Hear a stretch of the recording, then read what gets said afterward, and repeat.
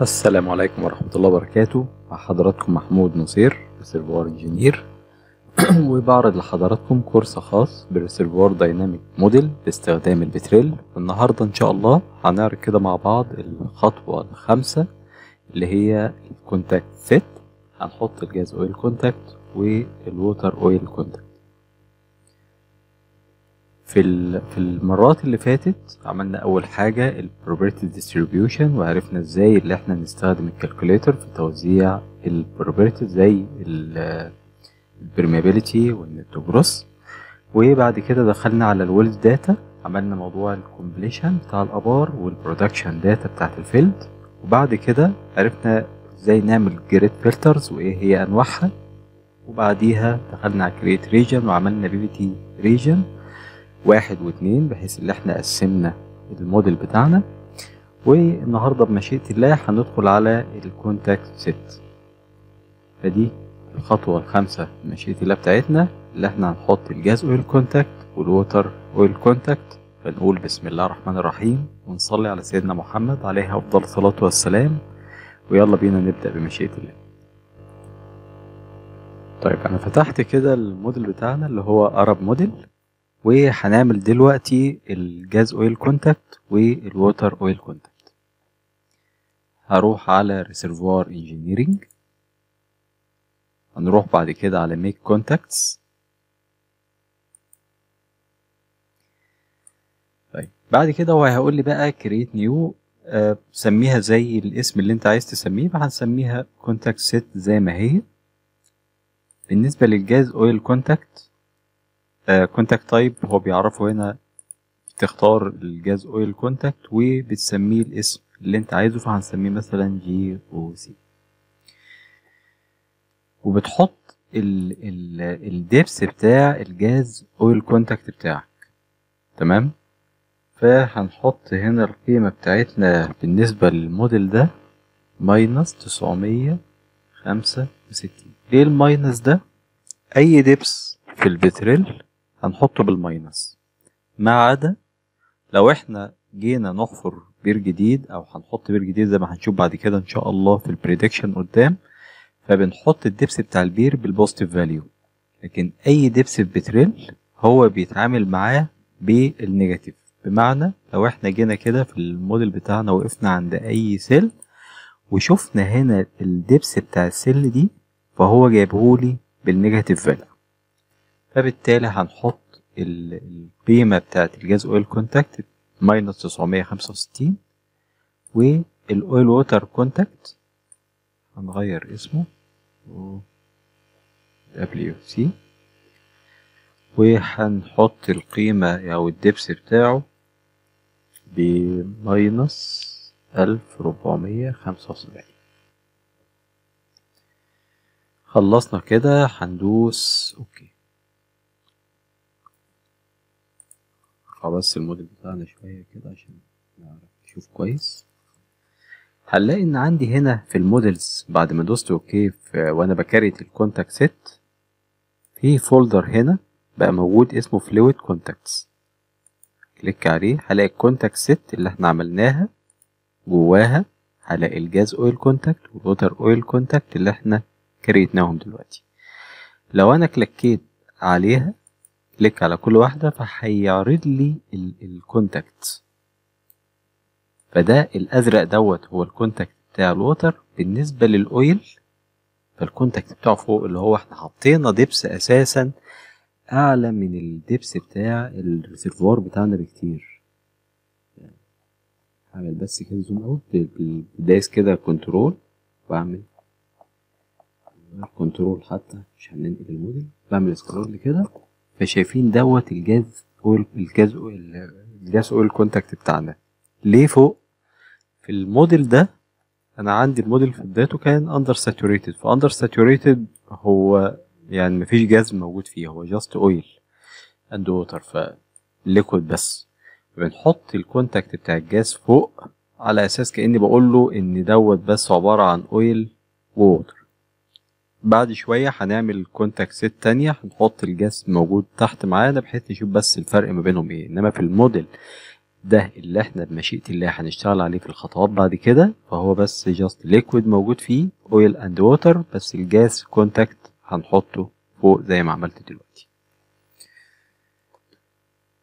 طيب انا كده عملت الكونتاكت ست دي. احنا عايزين بقى نخلي الكونتاكت ست دي كأنها بروبرتي موجودة معايا هنا. ليه بروبرتي موجودة معايا هنا؟ علشان لو احتاجنا في الكالكوليتر اللي احنا نستخدمها نقدر ندخلها في الايكويشنز بتاعت الكالكوليتر، انما الكونتاكت ست دي ما بتدخلش في الكالكوليتر بتاعتنا. طيب هنحولها ازاي؟ اللي انا بقف على الكونتاكت ست دي اللي انا عملتها وبدوس كليك يمين وهجيب السيتنجز واجيب الاوبريشنز واقول له ميك بروبرتي، يعني خلي الكونتاكت ست اللي انت عملتها دي از بروبرتي موجوده معايا. اوكي، فهلاقي ايه؟ هلاقي ان هو في البروبرتيز بتاعتي عمل الكونتاكت ست دي اللي انا عملتها بس از بروبرتي. طب ايه الفرق ما بينهم؟ الفرق ما بينهم لما احنا دوسنا على الجاز اويل كونتاكت والووتر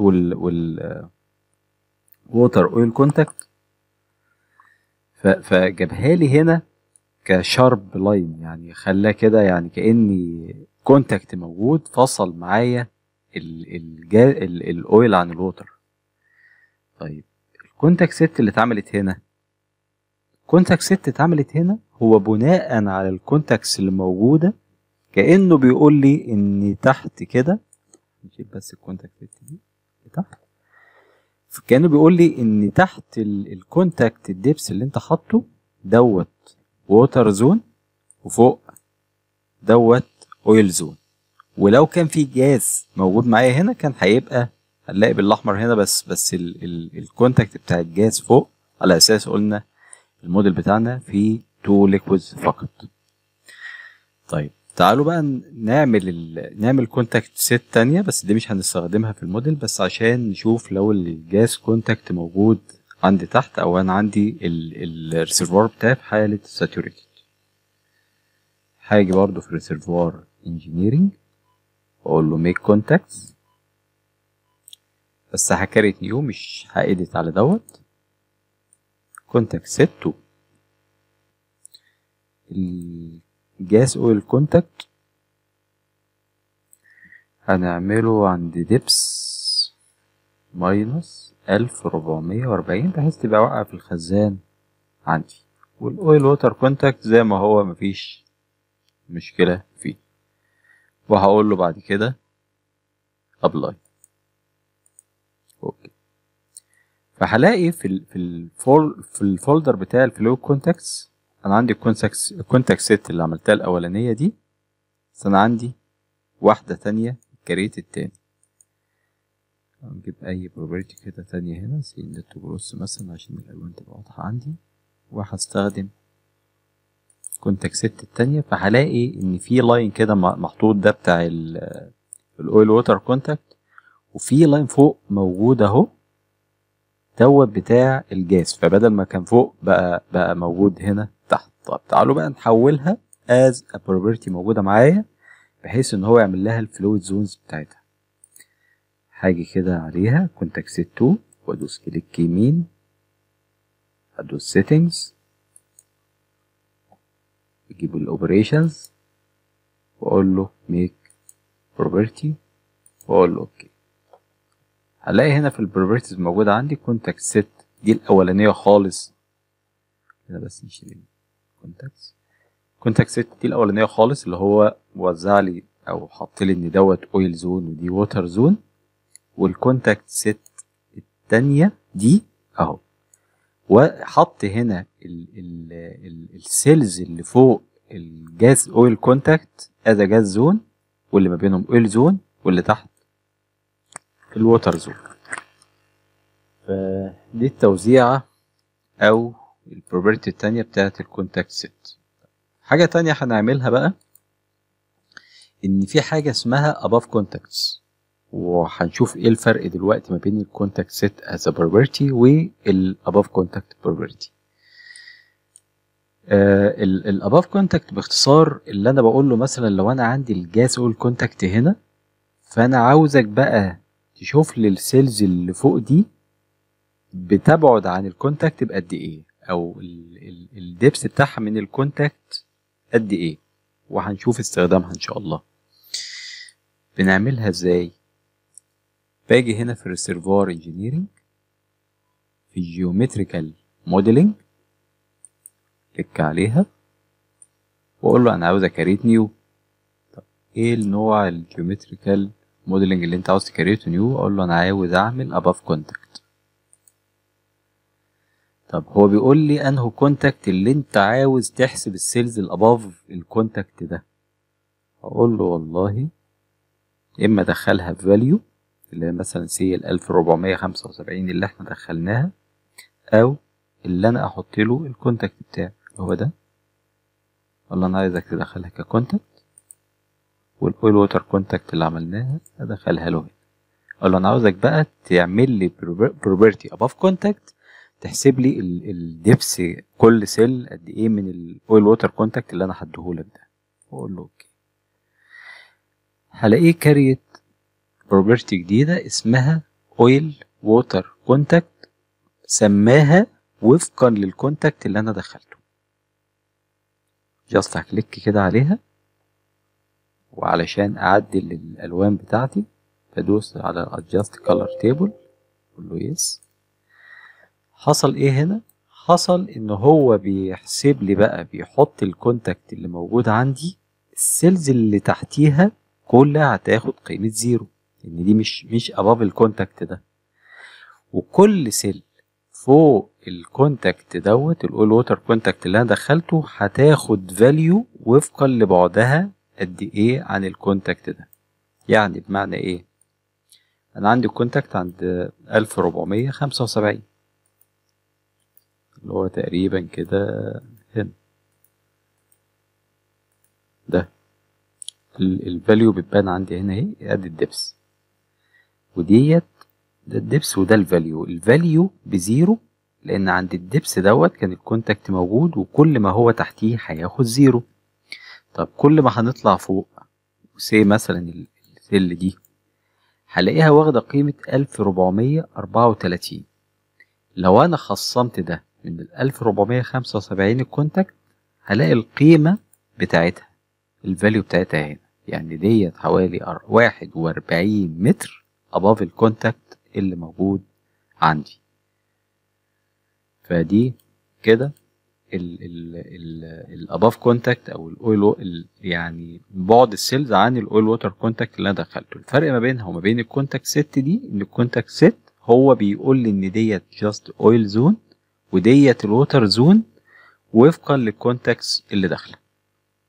طيب انا البروبرتيز ديت انا يعني بستفيد منها ازاي؟ زي ما قلت ان الكونتاكت سيت دي هو جاست بحط الكونتاكت بتاع الاويل ووتر كونتاكت او الجاز اويل كونتاكت، علشان لما نيجي بعد كده بمشيئة الله في الجزء بتاع الفلو موديل واحنا بنعمل الانيشال كونديشنز، فهو بيطلب مني الكونتاكت سيت ديت بحيث ان هو يعمل التوزيعات بتاعته. طيب البروبرتي بقى نفسها لما انا حولتها ديت علشان لو انا هستخدمها في الكالكوليتر زي ايه؟ زي مثلا كونتاكت سيت 2 دي هنستخدمها في ايه؟ احنا عندنا النت جروس، احنا حاطين النت جروس ان لو بس نشيل الكونتاكتس، نشيل كلها، ان لو البروستي اقل من او بتساوي 5% فاحط النت جروس بزيرو، لو اعلى من كده فاحطها بواحد، يعني اعتبرها ريسيرفور. تمام؟ فاحنا ممكن اقول له او اعمل تعديل على النت جروس دي، اقول له والله لو في السيلز اللي فوق الجاز اويل كونتاكت حطها لي ان هي بتساوي 1 حتى لو كانت البروستي 5% او اقل من 5%. زي ايه؟ تعالوا نشوفها كده مع بعض. هنيجي مثلا هنا نقف على دي عشان ما نبوظش دي زي المرة اللي فاتت لما عملنا في الفلتر، فتعالوا نكبرها، يعني كنترول سي هنوقف عليها، كنترول في، وهو هنا عمل كوبي من النت جروس 2 بحيث ان انا اقدر العب فيها براحتي واحافظ على النت جروس مغيرهاش. ادوس كليك يمين واقول له هات الكالكوليتور. احنا لو جينا هنا عرضنا هنغير في الكونتاكت ست 2، هنستخدم كونتاكت ست 2 ديت. لو انا جبت الكونتاكت ست 2 وشفت الفاليوز اللي هو وزع عليها، قال ان دي الجاز زون وده الاويل زون وده الووتر زون. لو انا وقفت عن اي سيل فيها جاز زون فهلاقيها واخده فاليو بزيرو. طب الاويل واخده فاليو بواحد. طب الووتر واخد فاليو باتنين. طب انا عايز اقول له بقى ان اي سيل واخده فاليو بزيرو يعني فيها الجاز، خلي النت جروس بتاعتها بتساوي واحد حتى لو موضوع البروس اقل من 5%. احنا اتفقنا ان في موضوع الكالكوليتر هو بيعمل اوفر رايت على اللي فات. فاحنا هنيجي هنا واقول له هات لي بقى الكوبي اللي اتفقنا هنغير في ديت، واقول له اف لو الكونتاكت ست 2 بتساوي زيرو فخلي لي النت جروس او الكوبي اوف نت جروس 2 ديت بواحد مهما كان موضوع البروستي او مهما كانت قيمتها قبل كده. طب غير كده يعني خليها بقيمتها زي ما هي. يبقى انا بقول له بقى if contact set 2 بتساوي زيرو يعني اي سيل بتعتبر في الجاز زون خلي لي النت جروس بتاعتها اللي هي دي بواحد. طب والباقي لا خليها زي ما هي بالخواص بتاعتها ان هي لو البروستي اقل من 5% هتبقى بزيرو، وادوس انتر علشان اشوف الفرق اللي انا عملته دوت. خلونا نعرض مثلا في الويندو ديت النت جروس 2 اللي انا مغيرتش فيها او اللي انا ملعبتش فيها خالص زي ما هي كده. تعالوا نفتح كده ويندو تانية 3D ويندو ونعرض فيها الكوبي اوف نت جروس 2 اللي انا غيرتها. وخلينا نعمل دي كده،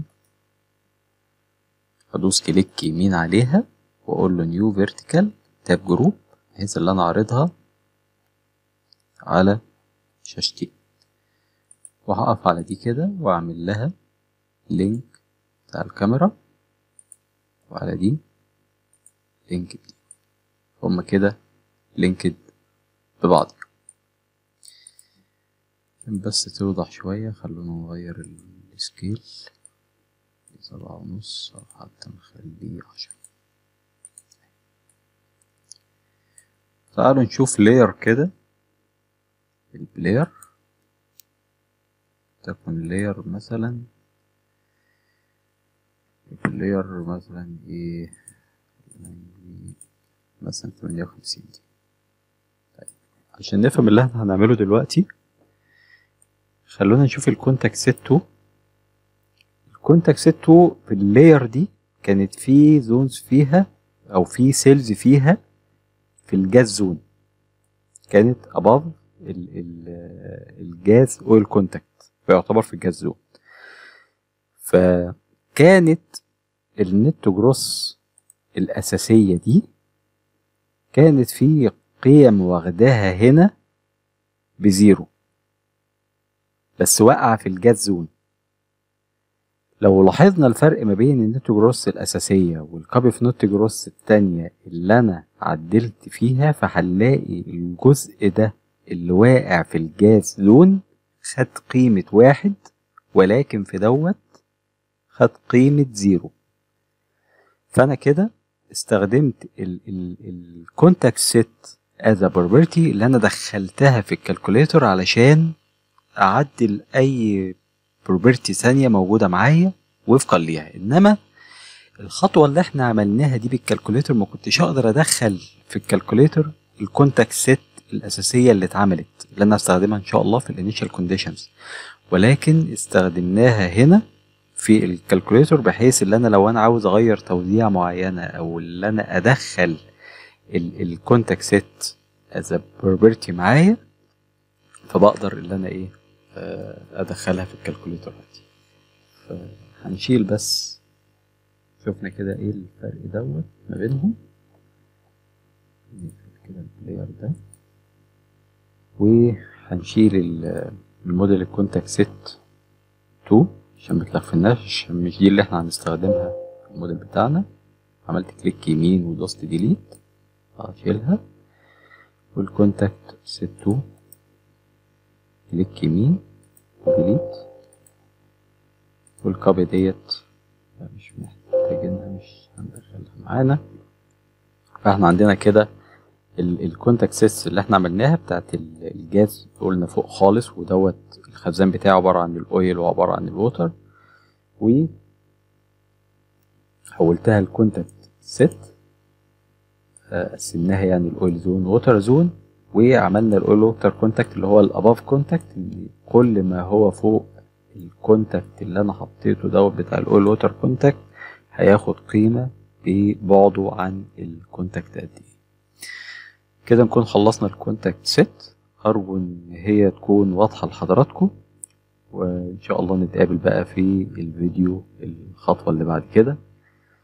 والسلام عليكم ورحمة الله وبركاته.